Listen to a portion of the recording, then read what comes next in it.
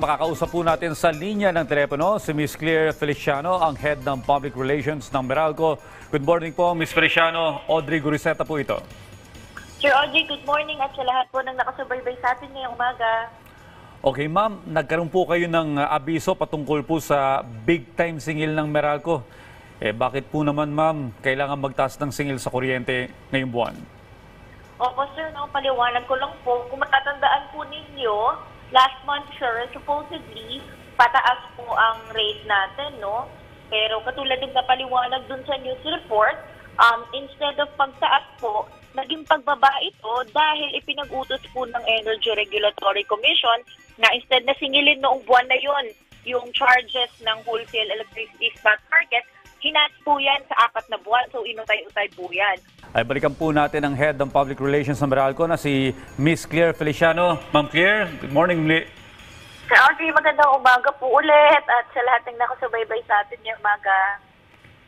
Okay, balikan po natin yung ating paksa kanina. No? Meron po ba kayong nakikitang remedyo para hindi masyadong mabigat sa mga consumer ng Meralco yung epekto ng pagtataas ng singil? Opo sir, no? So katulad ng lamang ito po kanina sir, supposedly ito po yung last month na supposedly meron tayong pagtaas, pero dahil dun sa ipinag-utos ng Energy Regulatory Commission na hatiin sa loob ng 4 na buwan o mula Hunyo hanggang Setyembre yung koleksyon ng bayarin mula sa wholesale electricity spot market, naging turnaround po yung June rates natin. Kaya nagkaroon tayo ng significant na reduction po noong June. So dahil po dyan, last June din sir, nag-abiso tayo na meron na tayong inaasahang pagtaas ngayong Hulyo. Ito na po yun sir, no? Kasi yung pagbaba po natin last June, artificial po yan, no? Kasi nga, hindi po dahil bumaba talaga yung singil, kundi inutay-utay natin yung pagtaas last month. Ngayon, kaya ngayong pong buwan na ito, nag-normalize na po yung rates natin. Kaya meron po tayong pagtaas na 2 pesos kada kilowatt hour. But we're hoping po na since nag-normalize na nga, nasa normal levels na ulit ang rates natin, yung mga susunod na buwan, particularly for instance next month, hindi naman na po tayo magkakaroon ng sobrang laking dagdag singil. Okay. Para malinawan lamang po yung ating mga kababayan, ano? So 4 na buwan, ma'am, inutay-utay yung dagdag singil.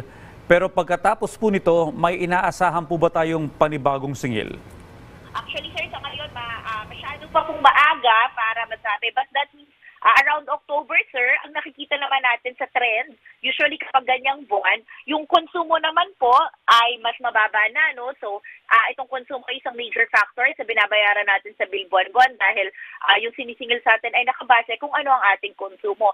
And gayon din po, dahil mas mababa ang konsumo, nakikita natin na kapag ganyan naman ay mas mababa din ang demand, which in turn, kapag mas mababa po ang demand, nakakatulong naman po yan na medyo mapababa yung presyo dun sa isa natin pinagkukunan, particularly yung katulad ng sinabi ko kanina sa wholesale electricity spot market po. So while right now we can say for sure, base po sa trend kapag mga ganyan buwan, medyo gumagaan na po, no? Wala naman na pong upward pressure pagkatapos kolektahin itong inutay-utay nating singil na supposedly noong June.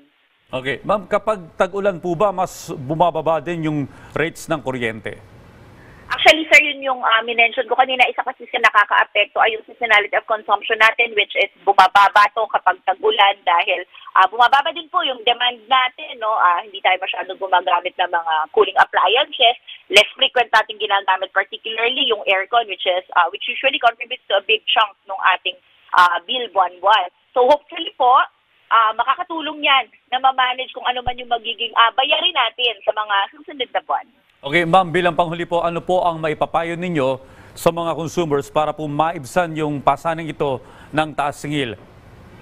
Kami naman po sa Meralco, patuloy po yung pag-urge natin sa ating mga customers na patuloy lang po tayo mag-practice ng energy efficiency measures, maging masinop at matalino sa paggamit ng kuryente dahil again, katulad ng sinabi ko po kanina, ang ating bayarin buwan-buwan sa bill, isa po sa major factor niyan ay yung ating actual na konsumo. So kapag naging practice natin ito, natutulungan ito na ma-manage po kung ano yung actual na babayaran natin buwan-buwan. Marami po kaming tips para dyan kung paano natin pwedeng i-practice ang energy efficiency. Maaari po kayo magpunta sa aming website sa www.meralco.com.ph o kaya po sa aming social media pages sa Facebook o kaya sa X, yung dating Twitter. Alright, maraming salamat po, Ms. Claire Feliciano, ang Head ng Public Relations ng Meralco.